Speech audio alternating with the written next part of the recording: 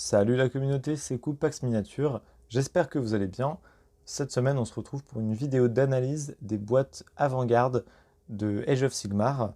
On va analyser leurs valeurs pour les armées de la mort et de la destruction. Ça fera en tout 7 boîtes, 4 pour la mort, 3 pour la destruction. Et elle coûte environ 110 euros pour les avant-gardes et 90 euros pour les start collecting, qu'on va aussi prendre en compte. Elles sont remplies d'infanterie et d'élite. Et on va voir, en les classant par tiers, ce qu'elles valent pour Age of Fantasy et pour la version escarmouche. Comme la dernière fois, je vais détailler un peu le contenu de chaque boîte et comment je les convertis pour Age of Fantasy en m'aidant des règles du wiki de One Page Rules. Et donc on va voir un petit peu lesquelles sont les plus rentables et lesquelles sont moins intéressantes ou alors plus spécifiques à certaines situations. Et on commence avec les Ossiarch Bone Reapers ou les squelettes morts-vivants pour One Page Rules. On se retrouve avec 27 figurines pour un total de 5 unités et de 950 points. Alors en chef, on a un seigneur mage que j'ai équipé d'un pouvoir magique qui va pouvoir donner régénération à un groupe de gardiens et lui-même. Et il a une grande arme aussi. Pour les troupes, on a justement deux groupes de 10 squelettes, ce sont des gardiens, une unité de corps à corps plutôt solide qui touche et qui se défend en 4+, avec des options pour les équiper d'armes avec poison ou phalange, pour que les ennemis qui les attaquent, enfin qui les chargent au corps à corps, doivent faire un test de terrain dangereux. Et en troupe, on a également 5 cavaliers que j'ai classés dans les troupes parce qu'ils sont pas si solides que ça, ils sont rapides et ils sont même moins chers que le groupe de 10 gardiens. Et on peut les équiper de lances s'ils ont impact. Ensuite, on a une énorme bête qui a 12 PV, très corps à corps, et une attaque de souffle optionnelle. Et surtout, elle a une capacité qui donne régénération à une unité de son choix à 6 pouces d'elle. Au final, c'est une boîte qui a une plutôt bonne diversité, pour un total de 950 points, ce qui est assez bien. Pour du Age of Fantasy Skirmish, on a seulement 3 unités jouables. Les petits squelettes, les cavaliers, le chef, ce qui est vraiment bof. Mais en tout, ils ont que 6 unités jouables, donc ça fait quand même la moitié. J'ai mis un petit B et un A pour Age of Fantasy. On enchaîne ensuite avec les Soulblight Gravelords, donc les vampires. Là, on a plus de figurines, il y en a 29 pour un total de 5 unités et de 700 points. Donc on perd quand même 200 points par rapport à la boîte précédente. On commence avec un seigneur vampire, le plus fort, que j'ai équipé d'une arme simple et le buff fin insatiable pour que lui et son unité aient plus une attaque à la charge. Ensuite, on a deux groupes de 10 squelettes qui seront un peu nuls parce qu'ils vont toucher et se défendre en 5+, ils n'ont pas régénération, mais comme ils sont morts-vivants, ils ne feront pas de jet de morale. Et ils seront accompagnés de 5 chevaliers vampires plutôt élites qui touchent et se défendent en 3+, mais qui ont encore une fois un seul PV par cavalier, donc pas très solides non plus. Et enfin, on a 3 chauves-souris qui remplacent un peu la bête monstrueuse qu'on avait dans la boîte d'avant. Donc c'est des chauves-souris monstrueuses avec 3 PV chacun, furieux, qui volent, mais qui n'ont pas d'option du tout, et qui sont forcément au corps à corps. Donc globalement, il y a une diversité qui est très correcte, mais la valeur de la boîte est beaucoup moins intéressante que la précédente. Donc ça va être du B pour Age of Fantasy, et en revanche pour du Skirmish, toutes les unités sont jouables, donc ça va être plutôt bien. Je vais classer en A. On enchaîne avec les Nighthawks ou les fantômes morts-vivants.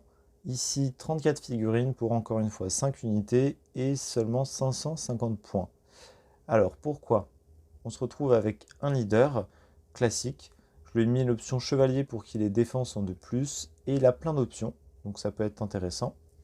On a ensuite dans les troupes un groupe de 10 fantômes avec quelques options d'armes, mais qui valent pas très cher, et 2 x 5 faucheurs, un peu meilleurs parce qu'ils vont toucher en 4+, et non pas en 5+. Enfin, en élite, on a 3 nuées de fantômes qui valent seulement 125 points et qui sont pas si forts que ça, même s'ils ont 3 PV. Ils vont attaquer sans pénétration d'armure et en 4+, je crois 3 attaques chacun. Donc ça va pas non plus être une unité très très élite. Ce qui va nous donner un total de 550 points. Donc la diversité est bien, mais la valeur très moyenne. Je vais lui donner un C.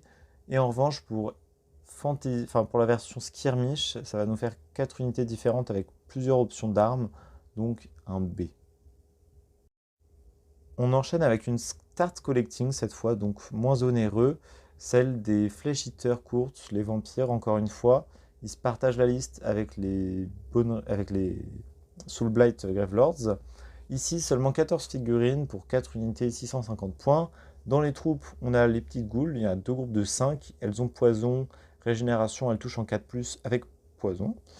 Et ensuite, en élite, on a un groupe de 3 ghouls monstrueuses avec 3 PV et 3 attaques chacune avec poison, ce qui est pas mal. Mais surtout, la pièce maîtresse de cette boîte, le dragon zombie, qui vaut 320 points, donc la moitié de la boîte. Il a 12 points de vie, régénération, une attaque de souffle et 10 attaques au corps à corps. Pénétration d'armure 1, qualité 4+, une belle pièce, clairement. Donc c'est assez chouette comme boîte pour renforcer une armée, pas idéal pour commencer. Ça reste 650 points et c'est moins cher que d'autres armées qu'on a vues juste avant. Mais par exemple pour du skirmish, pas top du tout. On va avoir que 2 unités qui sont jouables. Donc c'est un A pour Age of Fantasy, mais un C pour la version skirmish. On passe ensuite aux armées de la destruction, en commençant par les ogres. Donc on va se retrouver avec une boîte d'avant-garde qui contient 22 figurines, 6 unités et 1100 points, ce qui est le meilleur pour le moment. Avec à commencer un chef de tribu, 6 points de vie, bien tanky, plein d'options assez sympas. On a ensuite en troupe 2 groupes de 3 guerriers qui vont avoir une seule option d'armes lourdes et qui pourront ensuite avoir bannière, musicien, etc. Et un groupe de 3 tireurs qui tireront à 18 il me semble, avec pas d'option sauf pour ce qui est de musicien, etc. Ensuite en élite, on aura 2 chevaucheurs de bêtes avec une option d'armes, et encore une fois la bannière, etc. Et le chariot qui pourra se jouer de 2 façons, enfin se monter de 2 façons différentes, soit avec un gros canon qui fait des dégâts mortels à une seule unité, ou alors une catapulte Gnoblar qui fait des attaques qui ont blast et indirect, donc qui pourront toucher à travers le décor en restant bien à l'abri. Donc en conclusion, c'est super niveau diversité, la valeur est de loin la meilleure des autres boîtes qu'on a vues. Et en plus, pour du skirmish, on va pouvoir utiliser les petits gnoblards qui sont là un peu pour la décoration. Et ça nous fera des unités en plus. Donc ça va être du A pour du skirmish. On enchaîne ensuite avec les gobelins. Encore une fois, 34 figurines, cette fois 7 unités et 720 points. À commencer par un chef gobelin qui sera un leader classique. On aura ensuite 20 gobelins qu'on pourra faire en guerrier ou en archer. Ils se jouent par troupe soit de 10 pour les guerriers au corps à corps, soit de 5 pour les tireurs. Et ensuite, on aura 10 chevaucheurs qu'on pourra encore une fois jouer de 2 façons différentes et monter de 2 façons différentes. Ils seront supportés en élite par 3 trolls de pierre bien tanky. Et au total, ça nous donnera une boîte avec une diversité très correcte et une bonne valeur pour ce type d'armée où les figurines, où les unités sont plutôt cheap. Donc pour du Age of Fantasy classique, ça va être du A.